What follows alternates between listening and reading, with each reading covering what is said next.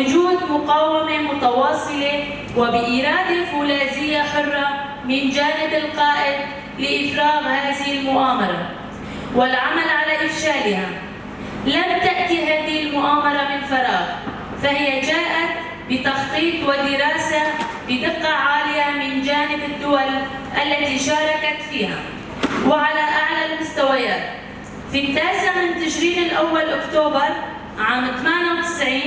بدأت المؤامرة الدولية على القائد عبد الله أوجلان بإخراجه من سوريا،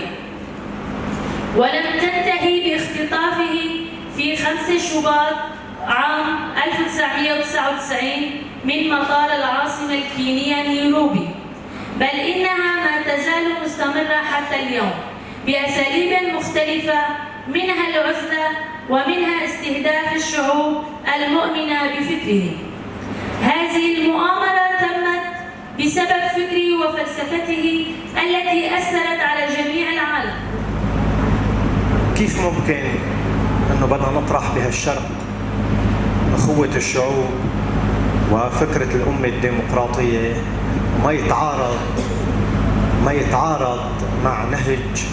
ومخططات ومؤامرات دول كانت عبر 100 سنة الأخيرة تسعى بشكل حسيس لعكس ما يريد القائد أوجلان ولعكس ما تريد الشعوب. ففكرة الأمة الديمقراطية هي رد حقيقي على سايكس بيكو اللي قسم المنطقة جغرافيا. كانت بداية لمؤامرة دولية، هي المؤامرة ليست ضد شخص وإنما كانت ضد المنطقة، وذلك من خلال الأحداث التي تلت المؤامرة لتهيئة أرضية تقسيم المنطقة وفتح أبواب التدخلات الخارجية. لأن بداية المؤامرة هي خيوط نسجتها الرأسمالية في غرف استخباراتها وبشكل خاص الكلاتو، والتي كانت تلك الدول وبعض الدول الإقليمية تهيئ سياسيا الأجواء لها. فكرة فلسفوية نكن الهندر سوري ده بسركت ربار أبو الهندر رجولاتنا بينا جيب سركت الدنيا إذا نعا فلسفوي بلد بي الدنيا إذا بلد بي ميناك جي هنقول راد وكوري دنيا هنا لفيلم ده أو جروب فيلندي خافيري فلسفوي دكان فلسفة ربار أبو دكان خافيري زماني كردي دكان دجمن أو تشخا كار خبر بكي جبو قد قرنامه أموقع فلسفي دقرن أموقع بربار أبو دقرن أموقع